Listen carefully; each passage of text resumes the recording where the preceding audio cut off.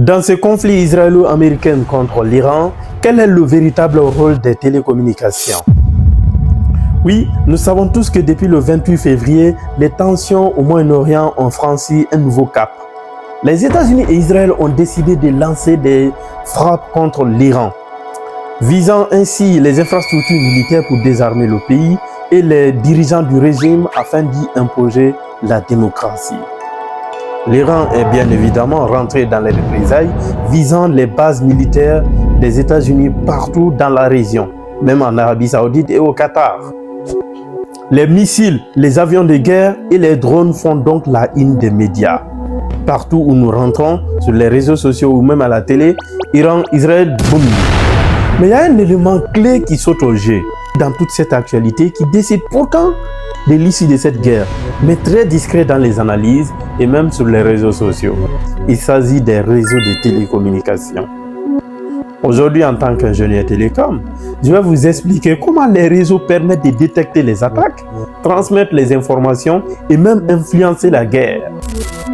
Dans une guerre moderne, les communications sont aussi importantes que les armes. Une armée doit pouvoir transmettre et recevoir les ordres, partager les images satellites, coordonner les drones, guider les missiles et même suivre les mouvements des ennemis. Tout cela passe par les réseaux de communication très sophistiqués, les satellites militaires, les réseaux radio sécurisés, fibres optiques, réseaux mobiles et les systèmes de communication cryptés. En réalité, on peut dire que les télécommunications sont le système nerveux d'une armée moderne. Sans communication, une armée même plus puissante devient désorganisée et vulnérable aux yeux de l'ennemi.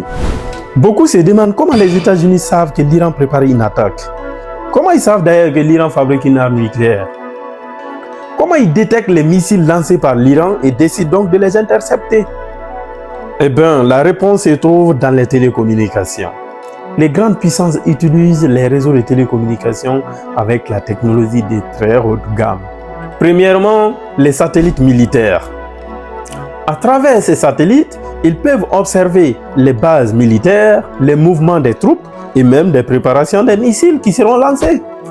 Deuxièmement, l'interception des communications. Les services de renseignement utilisent les radars de très haute technologie qui sont capables de transmettre en temps réel l'information, qui détectent donc lorsqu'un missile est lancé et qui transmettent à travers la communication numérique. Tout ça avec une bonne fiabilité et en temps réel. Ce sont les défis même des télécommunications qui sont en jeu, la fiabilité et la transmission en temps réel. Troisièmement, partage d'informations entre alliés.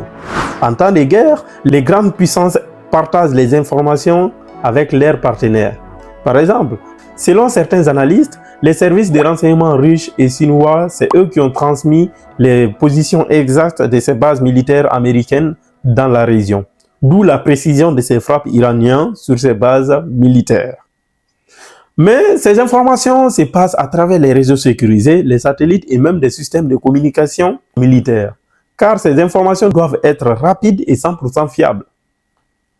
Pas droit à l'erreur. Autrement dit, en temps de guerre, les informations circulent en permanence entre les centres de commandement, les satellites et les armées sur le terrain. Alors, on comprend comment les télécommunications jouent un rôle capital dans les préparatifs des attaques et même dans la détection des attaques. Mais les télécommunications ne servent pas seulement à guider les missiles. Elles servent aussi à contrôler l'information. Lorsqu'on regarde aujourd'hui la télé, chaque chaîne de télévision diffuse les informations favorables au pays ou au camp qu'elle soutient. C'est ce qu'on appelle, et c'est ce qu'on appelait dans la Première Guerre mondiale et la Seconde Guerre mondiale, la guerre de l'information.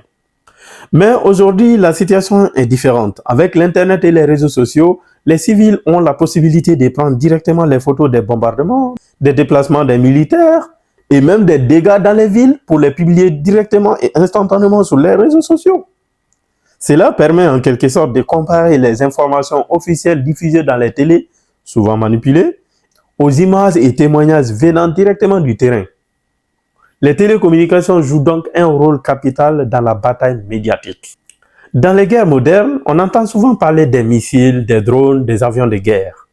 Mais derrière tout cela, il existe une infrastructure moderne qui rend toutes les opérations possibles. les réseaux de télécommunications. Ce sont elles qui permettent de transmettre et recevoir les ordres de la hiérarchie militaire, d'échanger les renseignements, de lancer et détecter les attaques, et même d'influencer l'opinion publique sur la guerre. En définitive, on peut dire que dans une guerre moderne, le pays ou le camp qui maîtrise les télécommunications, c'est-à-dire l'information et la communication, possède un avantage majeur sur le camp adverse. Voilà donc pourquoi les télécommunications sont au cœur des conflits géopolitiques. À votre avis, si les télécommunications s'arrêtaient aujourd'hui, c'est-à-dire si on coupe tout l'Internet pendant cette guerre, comment cette guerre israélo-américaine contre l'Iran va tourner? Je veux bien lire vos avis en commentaire. Merci de liker et partager cette vidéo et de vous abonner à ma chaîne Mamoudou Télécom. Ici, je parle toujours des télécoms.